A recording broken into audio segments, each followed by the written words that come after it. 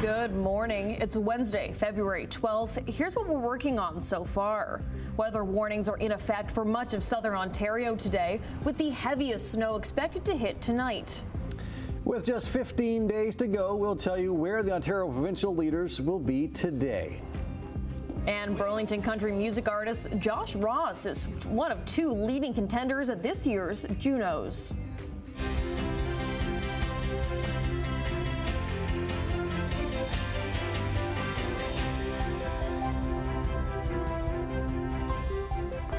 Thanks for joining us here on Morning Live, 6 a.m. on your Wednesday. Look who we have with us here today. Adam. I made it. You're all welcome. Oh, yeah. Thank you. Yeah. We'll see if you make it tomorrow morning. That is the question. Not only because the second day alarm is way tougher than the first day alarm, but also that snow we're expecting. Yeah, the snow is going to be significant in a lot of areas around southern Ontario. Some areas could get 20 to 25 centimeters of snow. Hamilton, we're looking at possibly 10 to 15, but into Peel, like Milton, Mississauga, into Brampton, could get up to 20 centimeters of snow. A little bit less for the Niagara Peninsula, maybe 5 to 10, but not that much for there. But there is a snowfall warning in effect for Hamilton, Halton, Peel, Toronto, into Kitchener and Guelph. And this snowstorm is going to hit us later on today, later this afternoon. We could get a couple of centimeters for the day, but it's overnight tonight. Now, also, the thing is with this snowstorm, it's not going to be all snow because the temperature is going to go up to the plus side overnight, and that's going to give us the chance of some ice pellets, some freezing rain, and some rain. So just add all that on top of all that snow, it could be a real problem as far as commuters concerned. If you're driving late tonight and tomorrow morning as well is going to be a problem driving in with this snowstorm expected. And we'll talk about that coming up. By the way, we're sitting at -8 with a wind chill of -17 right now. All right, let's have a quick check on traffic here this morning. Nothing to see, nothing to talk about. 403 Waterdown Road, that looks normal for this time of the morning. Looks pretty good. Just a couple of MTO traffic cameras, and we'll show you that things are fine here at Centennial Parkway, Toronto bound lanes away from us. Top of the Skyway, Toronto now heading towards us, and same here at Bronte. So looks pretty good so far today, but it'll be a different story a little later on. And we'll talk about that. Forecast and traffic coming up. Right now, the news. Thanks, Brian. Hamilton Fire and police are on scene of a fully engulfed house fire in Flamborough. Simone Gavros joins us live from Governor's Road with the details. Good morning, Simone. Good morning, Emily. Well, I'm here on Governors and Linden Road, and you can see that there are fire crews actively on scene at this fully engulfed house fire. Now, that house is currently sitting a little ways into the road here on Governors Road, so we aren't able to exactly see it, but you can see some smoke that is coming off of where the fire is. This happened just before 5 a.m. this morning, so these details are very limited at this point. It's only been about an hour as crews have been working to get this fire under control. We do know that this area, the road, is closed for the time being as a number of fire trucks have been coming in and out of this area to get more water to tackle this fire. We did hear from police this morning that they confirmed with the fire crews that no one was inside the home at the time of this fire, so there were no injuries. But Governor's Road between Linden Road and Field Road are closed for the time being because of this significant emergency presence that is on the street right now. We are waiting to get more information from Hamilton Fire about how this fire started, any other details about the extent of damages in this home, and any other information they're able to provide at this time. But again, this happened just before 5 a.m. and the road in this area is closed for the time being. For now, Adam, I'll send things back to you. Thank you very much, Simone. The White House says the new 25% tariffs on steel and aluminum imports would be stacked on top of any other levies imposed on Canadian goods. A U.S. official confirmed each class of tariff would stack on top of each other and would mean a total 50% tariff on Canadian steel and aluminum if the measures proceed. President Donald Trump signed executive orders Monday to impose 25% tariffs on all steel and aluminum imports, kicking in March 12th. Prime Minister Justin Trudeau called the tariffs unacceptable Tuesday and said he was working with international partners to deliver a firm and clear response. Meantime, incumbent Premier Doug Ford is set to spend another day in Washington today. As you were saying, every member of the United States, Mexico, Canada agreement needs to match or exceed U.S. tariffs on Chinese products. Electric vehicles, batteries, and in particular, aluminum and steel all need matching tariffs. If they fail to do so, they should lose their seat at the table. I always say, if you don't play fair in a deal, no matter if it's business or politics, you should excuse yourself from the table. Speaking to the U.S. Chamber of Commerce, Ford says U.S. lawmakers are concerned about China hijacking global supply chains and that workers have had enough. He adds that decoupling the U.S. economy from China will be difficult and will need allies like Canada. Just about every individual in a city like Hamilton could feel the pain from President Donald Trump's 25% tariffs on Canadian steel. If the tariffs go ahead, the Canadian Chamber of Commerce said Ontario's steel and manufacturing cities like Hamilton, Brantford, St. Catharines and Windsor would be among the most vulnerable. Hamilton's Chamber of Commerce said with tens of thousands of jobs at risk, individual incomes could be hurt by over $1,900 a year. All of Canada's living former prime ministers are calling on Canadians to express their national pride and show the flag this weekend. The past leaders are using Saturday's Flag Day to not only mark the 60th anniversary of the red maple leaf, but also solidarity against the U.S. President Donald Trump's tariff threats. In a joint statement, former prime ministers Joe Clark, Kim Campbell, Jean Chrétien, Paul Martin, and Stephen Harper urge Canadians to fly the maple leaf with pride. In support of school nutrition programs, it's critical to the Brantford Bulldogs and the Bulldogs Foundation. Busy mornings combined with the rising cost of groceries means students often go to school hungry. Through a paid partnership with the Brantford Bulldogs, CHCH will be showcasing the work the Brantford Bulldogs do in their community, including their supporting nutrition programs in area schools. Feedback from parents has been positive. The program is really beneficial for the students and I think the parents as well. I know some mornings my daughter doesn't want to eat breakfast, so I know when she comes into the school in the morning, there's always going to be something provided for the students so they have the option to have a snack in the morning before they start learning. The Bulldogs Foundation raises funds for programs like these through the sale of 50/50 tickets. You can get these tickets online at bulldogsfoundation.com or just scan this QR code here. It was another tough night for Forge FC in their CONCACAF Champions Cup first round series in Mexico. The home side CF Monterrey blanked Forge FC 3-0 for a 5-0 aggregate win in the CONCACAF Champions Cup first round series. Monterrey will face either the Vancouver Whitecaps or Costa Rica's Deportivo Saprissa in the round of 16. It marked the third time that Forge has fallen at the fast hurdle in CONCACAF's elite club competition. There's a little lull in the sports world right now. No more NFL football. Hockey is on a break for the Four Nations Cup. It kicks off tomorrow. But we've got basketball. Actually kicks off tonight. That's exciting stuff. But we've got basketball, and we'll start you off with Toronto Raptors, who were in Philly to take on the Sixers. Both teams not exactly lighting it up going into this one. These teams looking to snap out of little slumps here. The Sixers have lost their last 3. The Raptors have lost 4 in a row. This is the penultimate game for both teams before the All-Star break. Raptors still missing new trade acquisition Brandon Ingram, who is dealing with an ankle injury. So this one is going to be on the shoulders of Scotty Barnes. And he does just that, draining a circus shot while falling. Dinos showing off some slick ball movement as well before Barnes is found all alone in the slot, and he slams it down to give the Raptors a big lead in the opening quarter. Jump to the third. Philly came all the way back to take a 4-point lead until Scotty Barnes shows off his range, getting the Dinos within 1. This was a back and forth game with a lot of lead changes, but with Toronto up 2 late in the fourth, Scotty Barnes drains a 3 for his 33rd point of the night. Despite the big night for Barnes, it still came to the final shot. Philly down 3, time running down. Tyrese Maxey with a decent look, but it doesn't go. Raptors win 106-103. They host the high-flying Cavaliers tonight. Barnes spoke after last night's game about all the young guys stepping up. come out here and get a W. I think we lost about three or four in a row. So to be able to come out here and get a win, feels great. These guys played great. We was all helping each other, and they was talking, communicating, being active.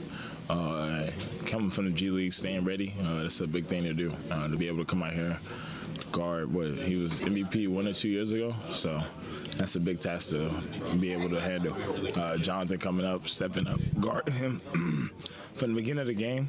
It's a big task as well. They was mentally prepared to do it, and they were ready for it. That shows a lot from them.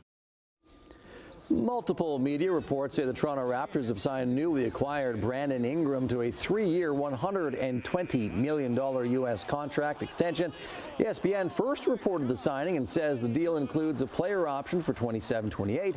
The Raptors acquired Ingram last week before the NBA's trade deadline in a trade that sent a 2026 first-round pick from Indiana, their own 2031 second-round pick, and veterans Bruce Brown and Kelly Olynyk to New Orleans.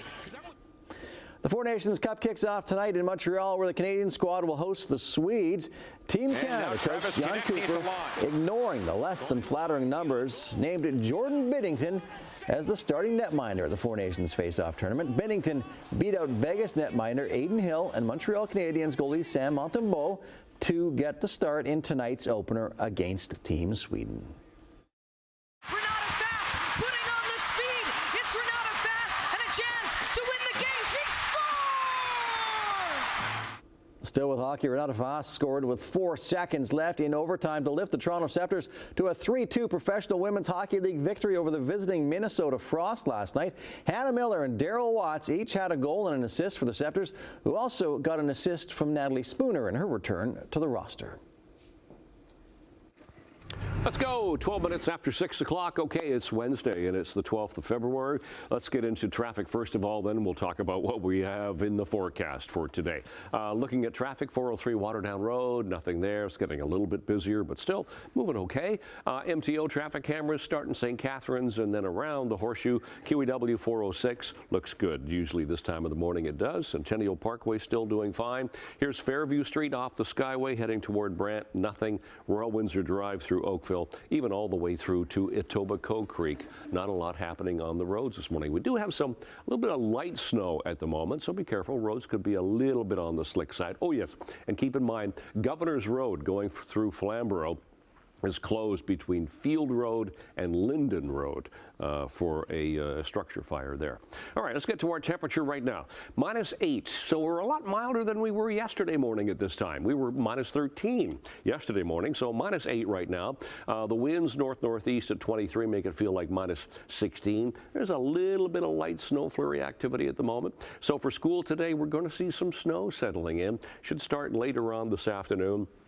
Maybe a couple of centimeters around for the afternoon today. But today's high is going to climb to -3, so not a lot of sunshine for the day today. Okay, that patch of blue, that's the culprit that's going to move its way across the Great Lakes, and that's what's going to give us the snow later on today. There you can see around 3 o'clock it could cross us, and then that low pressure system goes by. So it's another warm front, cold front scenario where the temperatures go up overnight and they drop during the day tomorrow. So we could get some different kinds of precipitation. It's going to start off as snow today, maybe a couple of centimeters, as I said. -1 for the Niagara Peninsula, -2, 3, 4 for around the Horseshoe. But then overnight, the snow intensifies. But look at the temperatures go up. 1, 2, 0 for Brantford, even -1 for Kitchener and Guelph. There's a snowfall warning in effect for most of the Horseshoe, but not for the Niagara Peninsula. Not for Simcoe, St. Catharines, Grimsby, Niagara Falls, nothing like that. But 10 to 20 centimeters around the Horseshoe is possible. Then ice pellets and freezing rain. And then tomorrow, the temperature goes the wrong way. -3 to -4, -2 for Burlington. We'll get more light snow in the morning as the temperature falls, and then it's going to taper off as the day progresses. So it's going to be late this afternoon, tonight, into tomorrow morning that's going to be the worst part of it. So as you step out the door, it's cloudy. We do still have some light snow falling at the moment. Temperature right now sitting at -8. And we'll look at the long-range forecast coming up. Emily, Adam. A calm before the storm. Thank you, Brian. All right, coming up after the break, we'll say good morning to Louis Bucco with a preview of what's to come in Chit Chat. And in business news, the stock market held steady as investors wait for the latest inflation reading in the U.S. Those details are coming up in 2. Welcome back. Let's say good morning to our friend Louis Bucco. What do you have coming up in Chit Chat? Louis Bucco. Hey, good morning, guys. Well, the Juno nominations were announced last night, and there were a couple of local people, so we'll talk to that. Disney is adjusting the content warnings ahead of some of its old movies, including Peter Pan and Dumbo. We'll tell you why later. And later in the morning, we'll talk about the newest Captain Marvel movie, which is aiming for a pretty big opening weekend. Comes out on Friday. It'd be interesting. I don't know if any of us are big Marvel people. Not anymore. I think I've just been too overwhelmed and inundated with Marvel movies. Well, we've talked about this. You got to watch those YouTube videos that are like, here's what you need to know before this movie now. And those videos are just as long as the movies now. So it's like 45-minute videos. Yeah, exactly. All right, thank you, Louis. See you in a bit. Let's head to some business news now. The Canadian dollar is down 15 basis points this morning, trading just below 70 cents U.S. Gold is down $21.30 an ounce after climbing to a record high earlier this week. Crude lost almost $1 to $72.39 a barrel. In midday, European trading markets are up in London, Frankfurt, and Paris. Over in Asia, markets were up across the board in Tokyo, Hong Kong, and Shanghai, and North American markets held relatively firm following Trump's latest tariff escalation. The TSX lost 27 points, the Dow added more than 100, and the Nasdaq closed 70 points lower. U.S. stock futures are down, but near the flat line in pre-market trading this morning as investors wait for key economic data and corporate earnings reports. The U.S. Central Bank reiterated that it's in no rush to cut interest rates anytime soon. With our policy stance now significantly less restrictive than it had been, and the economy remaining strong, we do not need to be in a hurry to adjust our policy stance. That's U.S. Federal Reserve Chairman Jerome Powell. Stocks briefly dipped after his opening statement at the Senate Banking Committee hearing, but remained little changed after 2 hours of trading. According to the Commerce Department, the U.S. economy grew 2.5% last year compared to the fourth quarter of 2023. Bell Canada confirmed that it's offering buyouts to over 1,200 workers. The company said in a statement they are offering a voluntary enhanced buyout package for eligible unionized employees. The package includes an option to retire or pursue new career opportunities. Bell indicates the move comes as the telecom industry is presenting what it calls unprecedented challenges. The employees union, Unifor, calls the move short-sighted. Bell Media is not impacted by the buyouts. And speaking of layoffs, Facebook's parent company Meta has confirmed its cuts to worldwide workforces are underway. While there are no firm numbers, it's believed 3,700 positions will be impacted. That would be around 5% of its staff. Meta reportedly plans to replace them with machine learning engineers. The company is also believed to be preparing for a significant investment in advancing AI technology. There are very few sweet deals on chocolate this Valentine's Day. In fact, the price tag on chocolate treats may leave a bitter taste in your mouth. One expert says you can expect to see chocolate prices jump around 10 to 20% over last year. The price of cocoa has more than doubled since the beginning of 2024. It hit a record high in December. The cost of manufacturing chocolate has increased by more than 167% in the last 2 years, and retailers have raised prices in response. Well, that is just bad news all around. Bad news. All right, we're going to take a quick break. Brian will be back with traffic and your 7-day forecast. I'll still buy it. Me too. Yeah. It is 6:24. It's Wednesday. Let's check traffic. QEW in the 405 in St. Catharines, and it is pretty light volume all the way through the Niagara Peninsula at the moment. Nothing to see there. Top of the Burlington Skyway Bridge. Actually, that's still rolling okay. It hasn't really started to bog down yet. Bronte Road still about the same. No problems at Sheridan Parkway. And we'll flip into the 403 at Burnham Thorpe. Doing okay so far. Our temperature at the moment, we are a fair bit milder than we were yesterday morning at this time. As I mentioned, we were minus 13 yesterday morning at this time. We're sitting at minus 8 in Hamilton, minus 9 Mississauga, minus 7 Toronto, and minus 5 into Grimsby. So Seasonal temperatures now, -1 for the daytime high, -9 for the overnight low, so we're around seasonal. Those are our sun times. Yay, we gained another couple of minutes of daylight for the day today, and records for today. So for school today, just a little bit of light snow flurry activity for the first bell and -5, and then -4 for later on. But later on, that snow intensifies. So, oh yes, I know there's a lot on this 7-day forecast here, so I will explain all. So -3 will be the high today, but a wind chill of -14. The snow will start mid to late afternoon, so the afternoon commute could be dicey. Not a lot of snow this afternoon. It's overnight tonight when we could get 10 to 20 centimeters of snow. Hamilton, 10 to 15 centimeters, and then ice pellets, freezing rain, and rain as that temperature climbs to +2 overnight. Tomorrow, temperature sinks to -4. We'll have a wind chill of -13. The snow should taper off, but still some mixing. Valentine's Day Friday, Flag Day on Saturday, -5 and -1, -4 Sunday, and it's Family Day on Monday, -6. We'll get a bit of sunshine. That's your forecast. Emily, Adam. Thanks so much, Brian. All right, we have a sweet story before we let you go for a break. A pair of high school sweethearts in Fort Erie just celebrated their 75th wedding anniversary. Good for them. I know. With Valentine's Day right around the corner, Lyle and Jean Hawkins want young couples to know marriage takes hard work. The couple were just teenagers when they fell in love and got married. It was February 4th, 1950, when they had a modest wedding. 3/4 of a century later, their walls are adorned with smiling photos of their 5 children, 17 grandchildren, and 18 great-grandchildren. Well, I think not giving up right away. Hey, I think it's because I got a good wife. She takes care of me good. I got a good man. I wouldn't want another one. She had control of the microphone there. The pair celebrated their anniversary with a big party last weekend. About 180 people showed up to congratulate the happy couple, including the mayor of Fort Erie. That's quite the honor to have the mayor at your wedding anniversary. Yeah, no kidding. Congratulations to them. That's great. Adam, how long have you been married? Not 75 years. We're going on 14. 14 years. Well, congratulations. Yeah, thank That's you very still much. Amazing. Yeah, it's still, she can tolerate me after 14 years. 14 years. She's a strong woman. And she has control of the mic for that one. Exactly. All right, stay with us. We have more to come after the break. A little play up. A little country music. Nice.